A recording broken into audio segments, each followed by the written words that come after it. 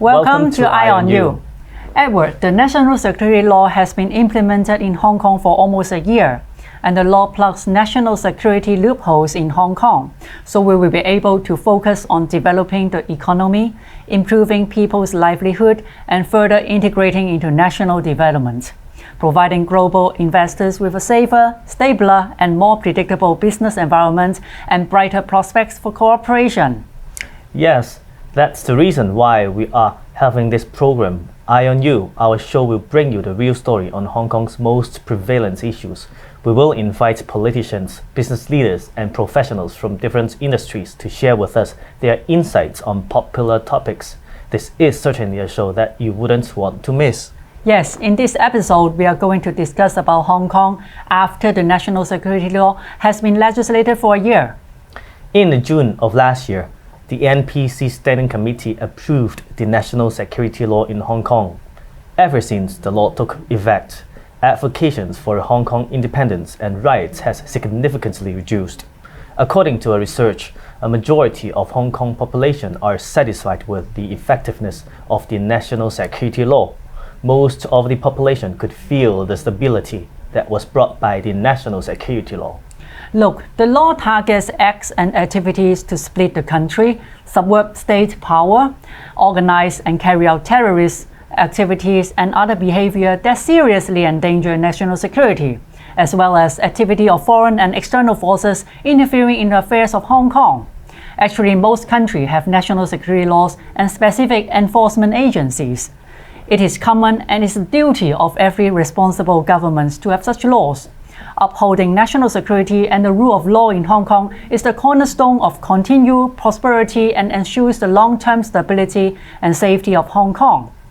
There are over 110 of arrests and more than 65 prosecutions have been made since the legislation was implemented. According to the national security law, all institutions, organizations, and individuals in Hong Kong shall abide by the law.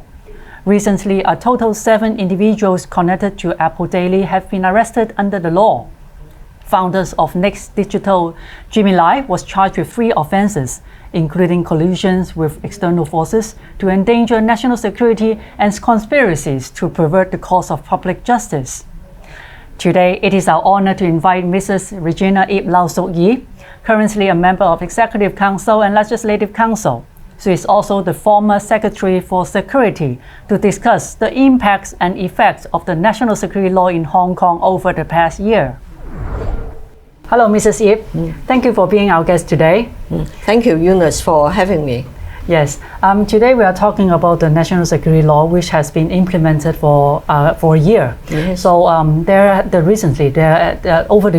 this year, there are 110 been arrested and 65 people has been prosecuted. Yeah. So how will you describe the national security law on the effectiveness and whether it can restore our stability in Hong Kong? I think the national security law has dramatic turnaround of our security situation, put an end to the riots of 2019 and restore peace and stability in Hong Kong. It's welcomed by large members of our community.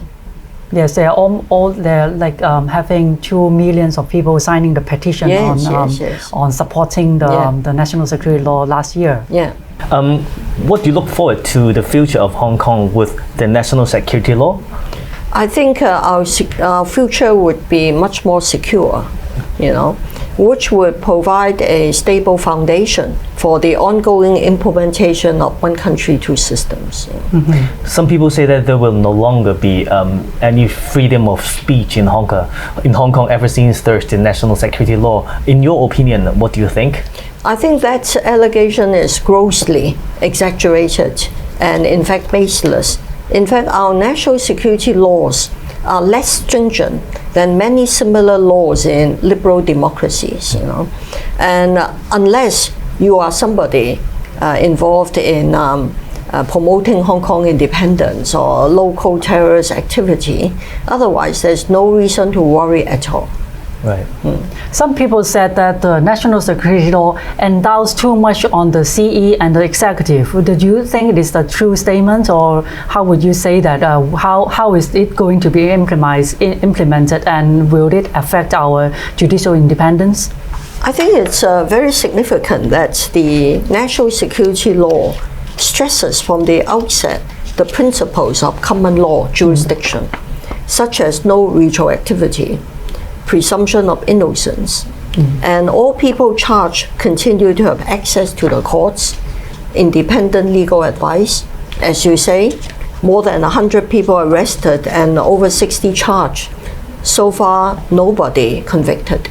All cases charged have to go through, the due process of our common law system. So it is not as though whatever the CE wants will happen. It is still subject to our independent legal and judicial system. And I believe some of the pandemic also complains that they cannot get the bail if they're being charged of the national security law. Do you think it's a right thing to do for not giving them bail? Now, it's stated in Article 42 that the courts will not grant bail unless the judge is satisfied that the suspect will not commit national security offense again, And so I think all the judges are abiding by that principle. I think bail has been granted in one case, one or two cases. But actually, this principle that we have the jury system in Hong Kong is set out in the basic law, but it is not an entitlement. That has been tested in the courts 10 years ago in the case of Miss Lily Chang. You remember? Ms. Chang was charged with fraud and forgery, and she wanted her case to be tried in the High Court, the Supreme Court.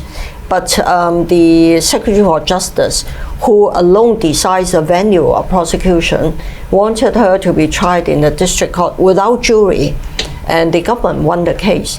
The judgment, the case was fought all the way to the Court of Final Appeal, and our judges, including one British one, upheld that principle, that under the basic law there is no entitlement to trial by jury. And actually, there are lots of defendants being absconded, like over the last 2 years, or over the unrest and all the arrests. So I think probably the court will be more careful on granting bails or having a more strict bail terms for them. I think the one judge has been cheated by Mr. Hui Chi-fung, who produced forged documents that he was going to attend a climate conference. So I think in the light of such incidents, the judge are, doing the right thing in being more cautious in granting bail. Some media sources have claimed that Hong Kong has entered an authoritarian era. How would you respond to this? Again, that is totally baseless and just a very misleading label, We have only 4 national security offenses. We have added only 4 compared to other jurisdictions. Australia has 80 national security statutes. UK is reviewing its national security legislation, in fact launching a 2-month consultation. UK is also tightening up its public order ordinance. So actually, Hong Kong people enjoy a much larger measure of freedom and rights than people in these democracies. Yes. As Mrs. Ip is a former Secretary for Security, that at your time you've been talking about the loss of Article 23. Do you think that now is a good time to push forward to Article 23, as some of our members also pushing, saying that it's now a good time? But as we have the national security law enacted already, do you think now is a good time to push forward that? Hong Kong has a constitutional duty to enact local legislation to prohibit 7 national security offenses. The national security law has blocked some of the loopholes. It has plugged important loopholes by introducing the offense of secession, subversion, local terrorist offenses, and collusion with foreign power and external elements. But there remain loopholes in our existing legislation which need to be blocked. And our legislation, in fact, for example, on treason, on sedition, on espionage, on theft of state secrets, is very outdated. So I think John Lee was saying, Secretary for Security, John Lee was saying the right thing when he said that we need to start making the preparations in the form of research. I think the SAR government should start researching what other countries have, what sort of similar legislation they have, so that the next administration can get on with Article 23. Right. Over the past 2 years, you can see that there are a lot of social problems. In your opinion, how shall the government further promote and educate the national security law? As you know, the most acute social problem is land and housing shortage. Our government must tackle that as a matter of priority, and the government is working very hard. And there have also been serious problems with education. I think a lot of our young students, children, have been fed wrong ideas about our country. Very distorted version of history, such as the British started the Opium War to stop the sale of opium in China, which is totally factually incorrect.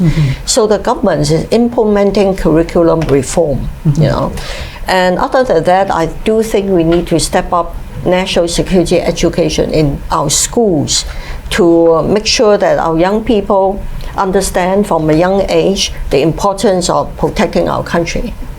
If our country is not safe, Hong Kong will not do well. So I think these basic concepts, we must be able to ensure our young people understand that. In primary school and secondary school is very important. This is the fundamentals. Yes. How about in the universities? In your opinion, how shall we promote the education in universities? I think the universities need to strengthen Chinese cultural education. Yes. The teaching of Chinese history, Chinese culture. Right. The number of students taking these subjects are falling. I think there ought to be scholarships, and other incentives to encourage in-depth study, and maybe bring in mainland teachers who have a better understanding of our history. I understand mainland China, the schools are doing the same. They are enhancing the study of Confucianism and traditional value systems. I think we need to do the same. Yes.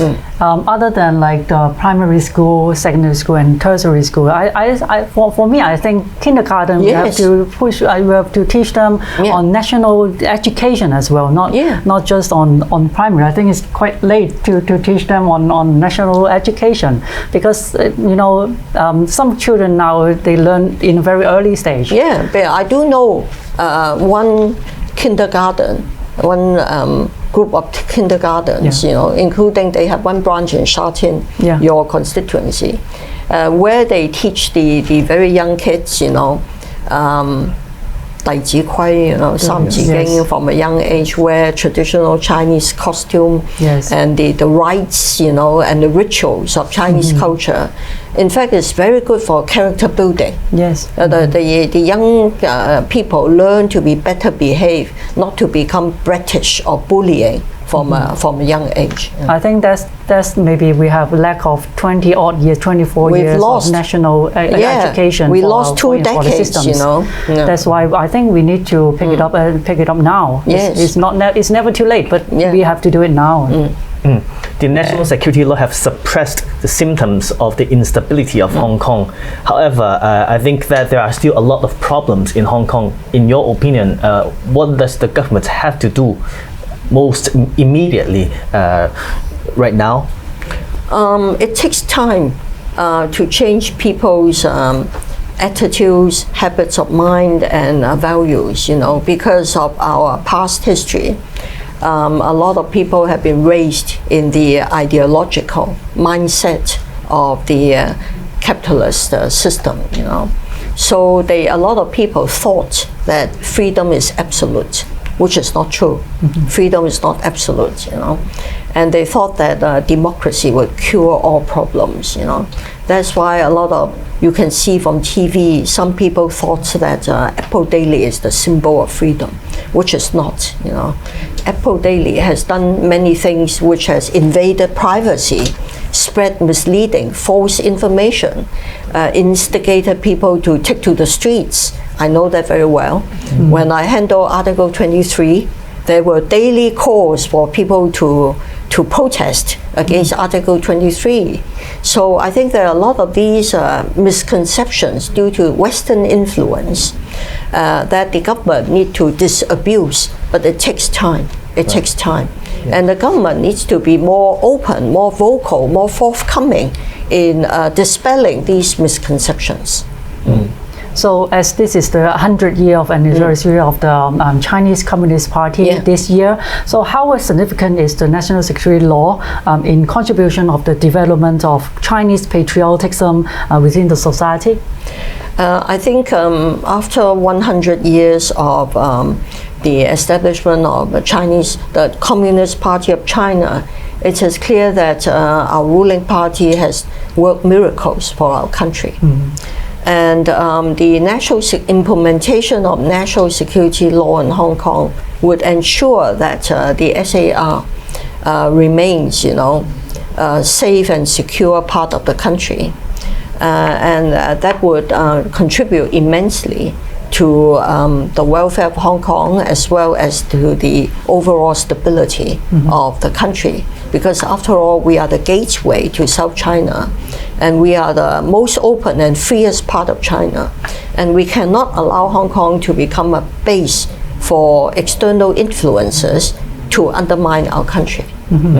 So after the implementation of national security law, what do you think the government should do very immediately to to build up the confidence over the government and for the citizens in this instance? You know that after the passage of the national security law, and particularly after the departure of the pandemics, 4 were disqualified, 15 resigned. On their own accord, it was their call. Our legislature has returned to order.